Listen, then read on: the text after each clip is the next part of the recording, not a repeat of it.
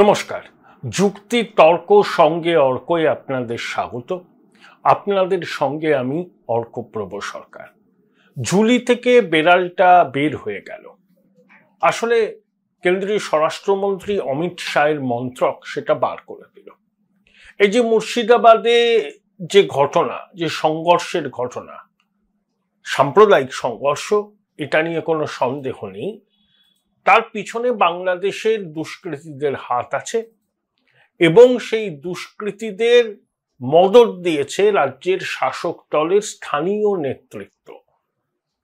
শেষ পর্যন্ত শাসক দলের স্থানীয় নেতৃত্ব দুষ্কৃতীদের উপর পুরো নিয়ন্ত্রণ বজায় রাখতে পারেনি, সেই জন্য পরিস্থিতি হাতের বাইরে চলে গিয়েছিল। এই মর্মে কেন্দ্রীয় স্বরাষ্ট্র মন্ত্রক একটা প্রাথমিক রিপোর্ট দিয়েছে, সেটা সংবাদ মাধ্যমেও এসছে। ব্যাস, যেই রিপোর্টটা দেখেছেন তেমনি মাননীয় মুখ্যমন্ত্রী তেলে বেগুনে জ্বলে উঠেছেন। এত বড় সাহস আমার দলের স্থানীয় নেতাদের দিকে অভিযোগের আঙুল তোলা! কি করে বাংলাদেশ থেকে দুষ্কৃতীরা ঢুকলো? নিশ্চয়ই বিএসএফ ঢুকিয়েছে। দেখুন, সীমান্ত নজরদারি, সীমান্তের নিরাপত্তার দায়িত্ব বিএসএফ এর, এটা কোনো নতুন কথা নয়। ভারত বাংলাদেশের মধ্যে 4200 কিলোমিটার সীমানা আছে, রিভারাইন বর্ডার, ল্যান্ড বর্ডার। পশ্চিমবঙ্গের সঙ্গে আছে 2200 কিলোমিটার। সেখানে জলপথ, সীমান্ত, স্থল সীমান্ত আছে। অনেক জায়গায় বেড়া দেওয়া যায়নি, জমির সমস্যা আছে, রাজ্য সরকার জমি দিতে চাইছে না। বিএসএফ কে নিয়ে লাগাতার আক্রমণ তিনি করেন। সীমান্তরক্ষী বাহিনী, অন্যান্য কেন্দ্রীয় বাহিনীর প্রতি মুখ্যমন্ত্রীর একটা তীব্র ক্ষোভ আছে, ক্রোধ আছে, সেটা প্রকাশ পেয়ে যায়। যে সীমান্তরক্ষী বাহিনী বা কেন্দ্রীয় বাহিনীর জওয়ানদের স্থানীয় মানুষ বলছে আপনারা থাকুন, এখানে ক্যাম্প করুন, অনেকে বলছেন নির্বাচন পর্যন্ত থাকুন, নইলে এই ধরনের ঘটনা আবার ঘটতে পারে। কিন্তু মমতা বন্দ্যোপাধ্যায় কি বলছেন? বিএসএফ লোক ঢুকিয়েছিল, কিছু বাচ্চা ছেলেদের 5000 টাকা দিয়েছে, তারা ঢিল ছুঁড়েছে। আসলে উদর পিণ্ডি বুদর খালে চাপানোর একটা অভ্যাস মুখ্যমন্ত্রীর দীর্ঘদিন ধরে আছে। বিএসএফ এর খেয়ে দিয়ে কাজ নেই যে দুষ্কৃতীদের ঢোকাবে, সেই দুষ্কৃতীরা এখানে হামলা চালাবে, এবং বেছে বেছে সনাতনীদের টার্গেট করা হয়েছে বলে এখন অব্দি চালা যাচ্ছে। আসলে মুখ্যমন্ত্রী ভাবতে পারেননি যে কেন্দ্রীয় স্বরাষ্ট্র মন্ত্রক এইভাবে তাদের প্রাথমিক যে রিপোর্ট সেটা সংবাদ মাধ্যমে ফাঁস হয়ে যাবে। দেশে মুখ পুড়েছে, অন্যান্য রাজ্যে সবাই বলছেন যে শাসক দলের স্থানীয় স্তরের নেতাদের সঙ্গে বাংলাদেশের দুষ্কৃতীদের যোগ আছে। এরা মুখ্যমন্ত্রীর ভালো লাগার কথা নয়। তিনি এই সত্যটা অস্বীকার করে সমস্ত দোষ চাপিয়ে দিয়েছেন বিএসএফ এর কাছে। বলছিল আমার জনপ্রতিনিধিদের বাড়ি ভাঙচুর হয়েছে, আমরা কি করে ইনভলভ থাকবো? তৃণমূলের কি ধরনের গোষ্ঠীদ্বন্দ্ব ওখানে সেটা সবাই জানে। এক জনপ্রতিনিধির সঙ্গে অন্য জনপ্রতিনিধির কোনো মিল নেই, সদ্ভাব নেই, অনেকের সঙ্গে মুখ দেখাদেখি বন্ধ। তাহলে একটা পক্ষ যদি এই দুষ্কৃতীদের এনে থাকে, তারা নিশ্চয়ই নিশানা করেছে অন্য পক্ষের, মানে শাসক দলের অন্য পক্ষকে নিশানা করতে হতেই পারে। মুখ্যমন্ত্রীর তো উচিত যে কেন্দ্রীয় স্বরাষ্ট্র মন্ত্রক যখন একটা রিপোর্ট দিয়েছে, সরকারের কাছ থেকে ব্যাখ্যা চেয়েছে, জাতীয় নিরাপত্তার স্বার্থে, এই রাজ্যের মানুষের সুরক্ষার স্বার্থে, সম্প্রীতির স্বার্থে, সেটাকে গুরুত্ব দিয়ে বিবেচনা করা, ছানবিন করা। তা না করে তিনি অমিত শাহকে কাঠগড়ায় তুলছেন। আমার মনে আছে একটা ঘটনা, সেটা 2002 সালে, যখন এনডিএ সরকার, বাজপেয়ীজি প্রধানমন্ত্রী, নীতিশ কুমার রেলমন্ত্রী। তা এনডিএ সরকার সিদ্ধান্ত নিল যে পূর্ব রেলের সদর দপ্তর কলকাতা থেকে সরিয়ে পাটনায় নিয়ে যাওয়া হবে। মমতা বন্দ্যোপাধ্যায় প্রতিবাদ করলেন, বনচন্দ হয়েছিল। তখন তিনি একটা কথা প্রায়ই বলতেন, who is the real prime minister, বাজপেয়ীজি আর আদবানিজি? তারপরে যখন মোদিজি এবং আদবানিজির মধ্যে নেতৃত্বের প্রশ্নে কিছুটা বিরোধ দেখা দিল, তখন তিনি আদবানিজির পক্ষ নিয়ে নরেন্দ্র মোদীকে সমালোচনা করতেন। এখন আবার নরেন্দ্র মোদী ওনার কাছে খুব ভালো হয়ে গেছে, তখন তিনি অমিত শাহকে নিশানা করেছেন। দেখুন, অমিত শাহ কিন্তু খুব টাফ ম্যান, এবং এই ধরনের প্রশাসককে মুখ্যমন্ত্রী কখনোই যে পছন্দ করবেন না সেটা দিনের আলোর মতো স্পষ্ট, কারণ ভান্ডাফোড় হয়ে যাচ্ছে না। ঘাবড়ে গেছেন যে তার দলের জনপ্রতিনিধিদের আক্রান্ত হতে হয়েছে, তাদের বাড়িঘর ভাঙচুর করা হয়েছে, এবং মুর্শিদাবাদের এই সংঘর্ষ সারা ভারতবর্ষের সংবাদ মাধ্যম খুব বড় করে দেখাচ্ছে। তার মধ্যে স্বরাষ্ট্র মন্ত্রকের প্রাথমিক রিপোর্ট, হ্যাঁ বাংলাদেশের দুষ্কৃতীরা ছিল এবং তাদেরকে স্থানীয় স্তরে সহযোগিতা করেছে শাসক দলের স্থানীয় নেতারা। এই যে নিজের দলে স্থানীয় নেতাদের নাম যুক্ত হয়ে যাওয়া কেন্দ্রীয় স্বরাষ্ট্র মন্ত্রকের প্রাথমিক রিপোর্টে মুর্শিদাবাদের এই ঘটনায়, সেটা মুখ্যমন্ত্রীকে যার পর নাই বিড়ম্বনায় ফেলেছে। তাই তিনি এখন উদর পিণ্ডি বুদর ঘাড়ে চাপাচ্ছেন। এটা মুখ্যমন্ত্রীর দীর্ঘদিনের অভ্যাস। দায় স্বীকার উনি কখনো করেন না, সবসময় অন্যরা খারাপ, তার সরকার একেবারে অপাবৃদ্ধ, ভাজা মাছটা উল্টে খেতে জানে না। এই যে ন্যারেটিভটা তিনি দিচ্ছেন, ফিউ টেকার্স, আমি বলবো এনি টেকার্স, রাজ্যের মানুষ বোঝেন কেন এবং কিভাবে মুর্শিদাবাদের ঘটনাটা ঘটেছে, কাদের উস্কানিতে হয়েছে। মুখ্যমন্ত্রী নেতাজি ইন্ডোর স্টেডিয়ামে কি বললেন, ইমাম মুয়াজ্জিনদের সবাই, আমি এখানে কোনো উস্কানি দিতে আসিনি। খুব ভালো কথা, আপনি কেন উস্কানি দেবেন? আপনি তো প্রশাসনিক প্রধান, আপনি তো সম্প্রীতির বার্তা দেন। সম্প্রীতির বার্তা যিনি দেবেন তিনি কেনই বা উস্কানি দেবেন? কিন্তু দিদি, আপনি বিধানসভায় দাঁড়িয়ে কি বলেছিলেন? ওরা যদি পথে নামে আন্দোলন করে সামলাতে পারবেন তো? আপনার মন্ত্রিসভার সদস্য সিদ্দিকুল্লাহ চৌধুরী রামলীলা ময়দানে সবাই কি বলল, যে প্রয়োজনে কলকাতায় ঢোকার সব কটা রাস্তা আমরা অবরোধ করে রাখবো, 2000 থেকে 50,000 ছেলেকে বসিয়ে রাখবো। চমকালেন, ধমকালেন, কলকাতাকে অবরুদ্ধ করার হুমকি দিলেন। অনেক প্রবীণ মানুষ আতঙ্কিত হয়ে উঠছেন, তাদের স্মৃতিতে ওই সোড়াবর্তী 46 সাল এই ঘটনাগুলো ফিরে ফিরে আসছে। আপনার দলের সাংসদ বাপি হালদার কি বলছে, ওয়াকফ দিকে তাকালে চোখ উপড়ে নেব। দুলিয়ান পুরসভার চেয়ারম্যান কি বলছেন, অ্যালাংয়ের জাং সিনেমাকে উল্লেখ করে তিনি বলছেন ধর্মযুদ্ধে নামতে হবে। উস্কানি তো দিয়েছেন না, ব্যবস্থা নিয়েছেন? আপনার দলের কোন মুখপাত্র এদের বক্তব্যের নিন্দা করেছেন, বলেছেন যে এদের বক্তব্যকে আমরা সমর্থন করি না, আমরা কারণ জানতে চাইবো কেন, কোন প্রেক্ষিতে এই কথাগুলো বলেছেন? একটা শব্দ উচ্চারণ করেননি।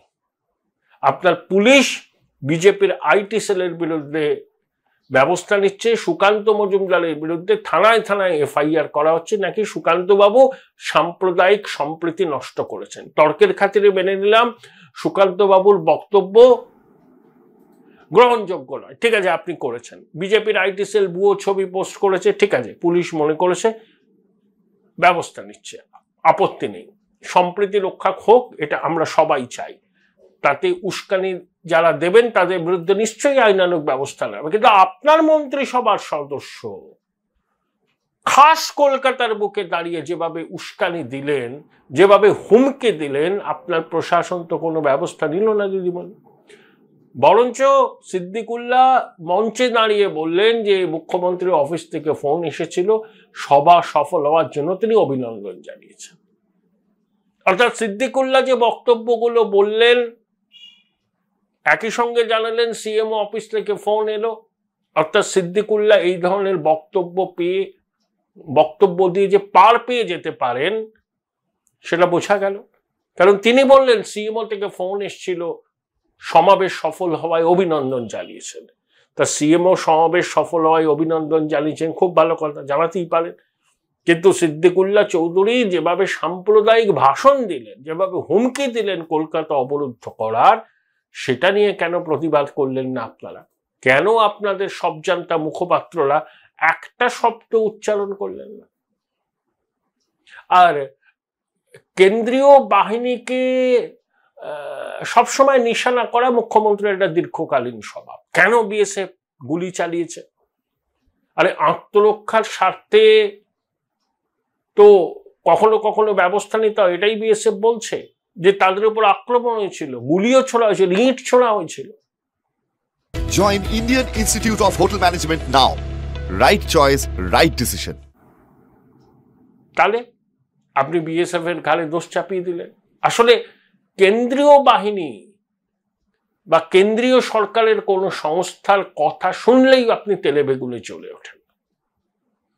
আসলে ঝুলি থেকে বেড়ালটা বার করে দিয়েছে না কেন্দ্রীয় স্বরাষ্ট্র মন্ত্রকের রিপোর্ট, তাই এখন অমিত শাহের উপর আপনার প্রচন্ড ক্ষোভ।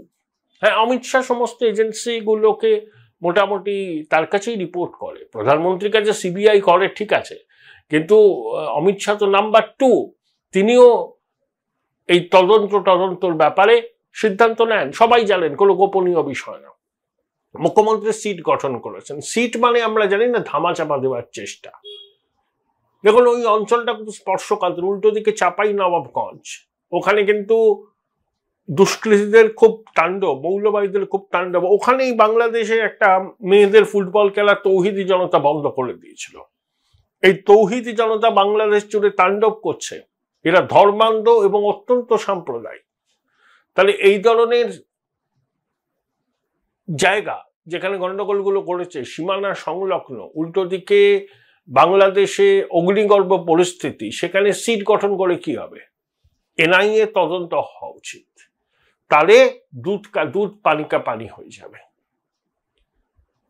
কারণ যে ঘটনা ঘটেছে সেই ঘটনাকে লঘু করে দেখলে বিপদ বাড়বে, কমবে তো নয়। মোথাবাড়িতে হলো, মুর্শিদাবাদে হলো, দক্ষিণ চব্বিশ পরগনার এক জায়গায় বিক্ষোভ হয়েছে, চাঁদদানিতে হয়েছে, ভাঙড়ে হলো, কিন্তু মুর্শিদাবাদ সমস্ত অন্য ঘটনাকে ছাপিয়ে গেছে। সেই জন্য ওখানে এনআইএ তদন্ত হওয়া দরকার। মুখ্যমন্ত্রী 10 লাখ টাকা করে ক্ষতিপূরণ দেবেন যাদের মৃত্যু হয়েছে, মানে খুন হয়েছেন যারা, 10 লাখ টাকা ক্ষতিপূরণ দিলে যাদের পরিবারের সদস্যরা নিহত হলেন তাদের ক্ষতে প্রলেপ হয়।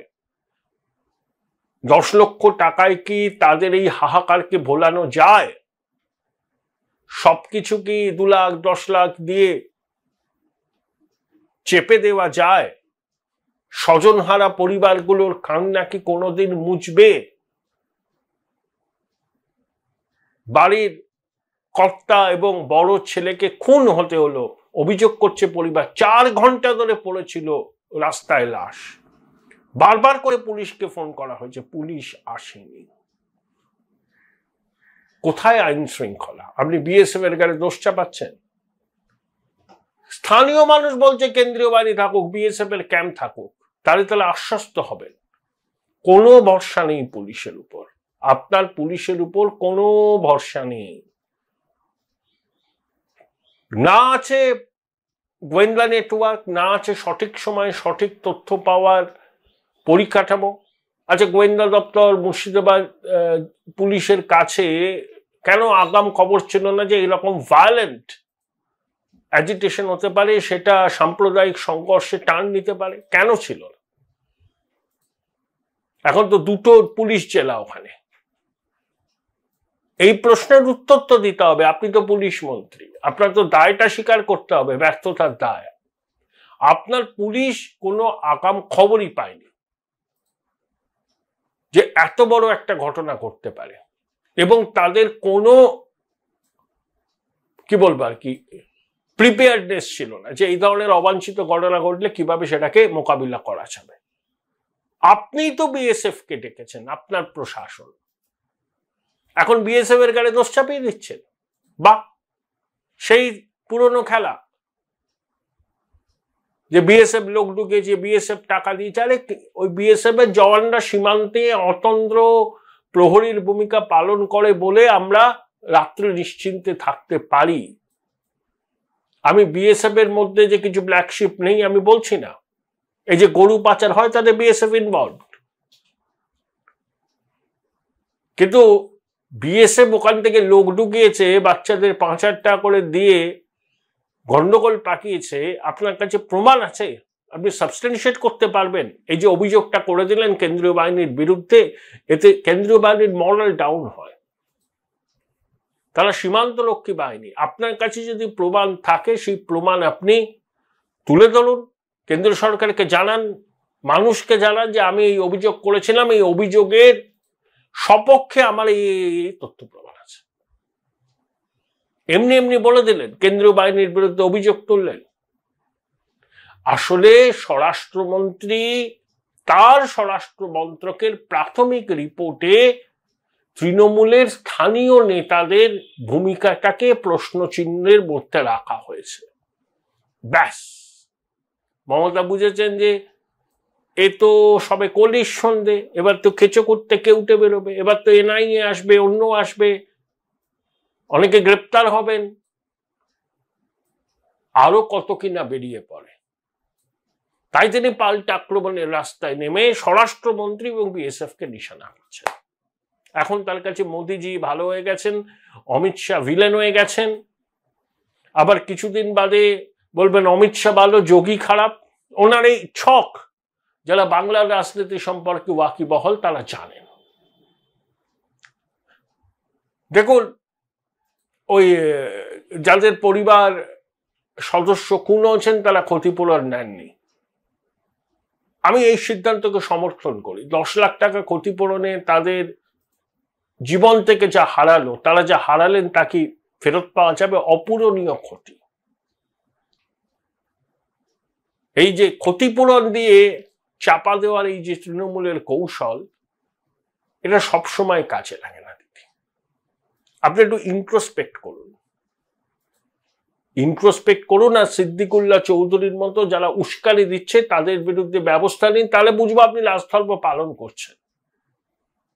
না হলে এটাই প্রমাণিত হবে যে আপনি পুরো বিষয়টা ধামাচাপা দিচ্ছেন, ঝুলি থেকে বেড়াল বেরিয়ে পড়েছে, তাই মরিয়া হয়ে আপনি এখন কেন্দ্রীয় স্বরাষ্ট্রমন্ত্রীকে কাঠগড়ায় তুলছেন। এই খেলা সফল হবে না দিদি। মুর্শিদাবাদের মানুষ জানেন কারা যুক্ত,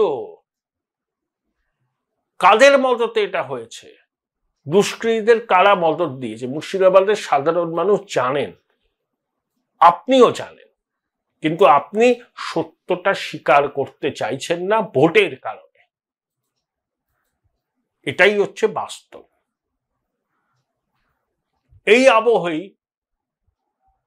আমাদের প্রধানমন্ত্রী নরেন্দ্র মোদী পশ্চিমবঙ্গে আসছেন, সম্ভবত নদিয়া জেলায় প্রশাসনিক সভা করবেন, জনসভাও করবেন। তাহলে পশ্চিমবঙ্গে নির্বাচনী প্রচারের বিগল বাজিয়ে দিয়েছেন বিজেপির কেন্দ্রীয় নেতারা।